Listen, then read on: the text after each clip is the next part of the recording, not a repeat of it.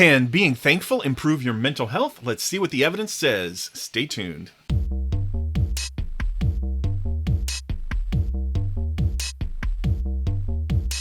Hi everyone, the Thanksgiving holiday is just around the corner here in the US, and as everyone knows, this holiday is all about food. All over America, families will gather to hear Uncle Jerry's questionable political views while eating as much as they possibly can before falling asleep watching football.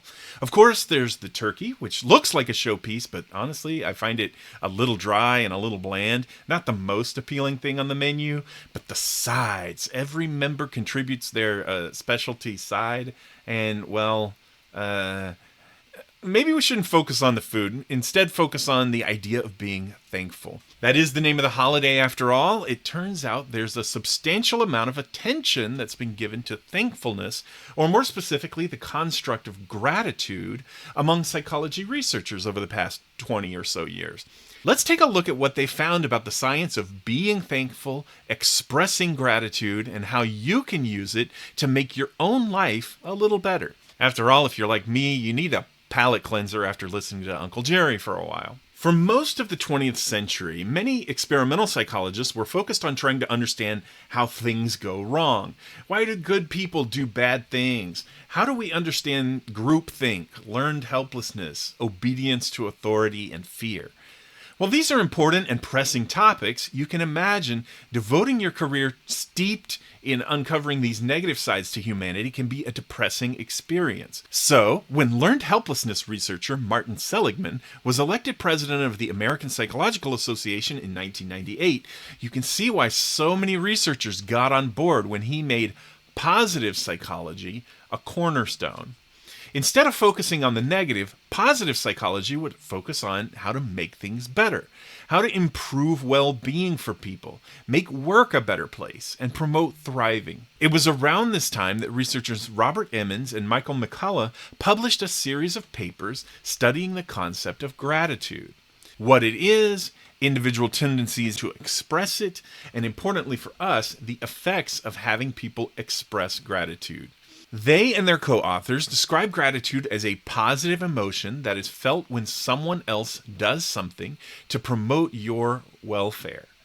And experiencing gratitude makes a person more likely to engage in similar pro-social behaviors themselves.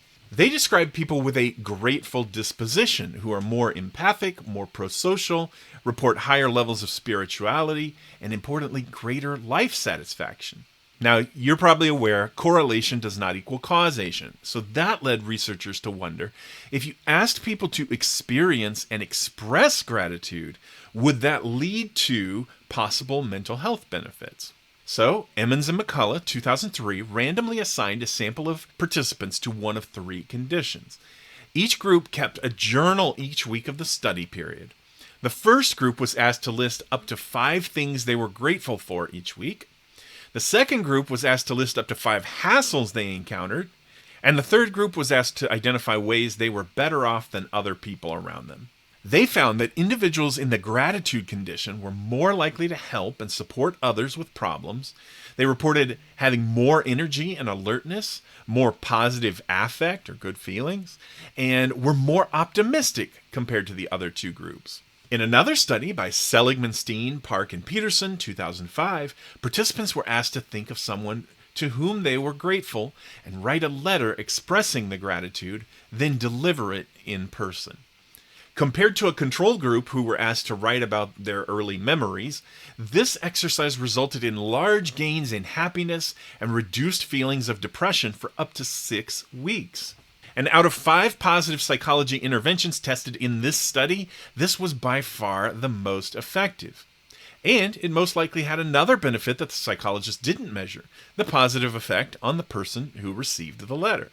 Now, if it seems too good to be true, here's where we have to add some caveats.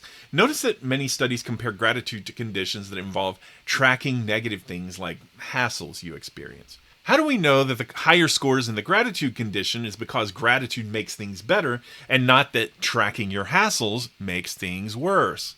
In fact, some of the studies that include neutral interventions show just that. The gratitude doesn't reliably raise emotion over a neutral control group. However, Digging into this a little more, follow-up studies have shown that for people who have naturally high affect, the gratitude interventions are less helpful. But it is especially helpful for those that have lower baseline positive affect. Conveniently for us, the ones who need the intervention the most are most likely to benefit. Now, over the past 20 years, there have been quite a few follow-up studies along these lines and several meta-analyses combining a bunch of studies together that support the idea that gratitude interventions are low cost, simple to do, and have positive benefits with few to no downsides. While the gratitude letter seems to be the best option, there are other things like keeping a gratitude journal that can help give you a boost. Given the low stakes and potential for benefits, it's hard not to suggest that you try it a few times and see whether it works for you. So what do you think? Would you give the gratitude letter or something like it a try? At the very least, maybe this will give you something to talk about at the dinner table so Uncle Jerry doesn't have time to get a word in edgewise. If you found this video helpful, hit the like button, subscribe to get more videos on all things psychology, and until next time, keep thinking.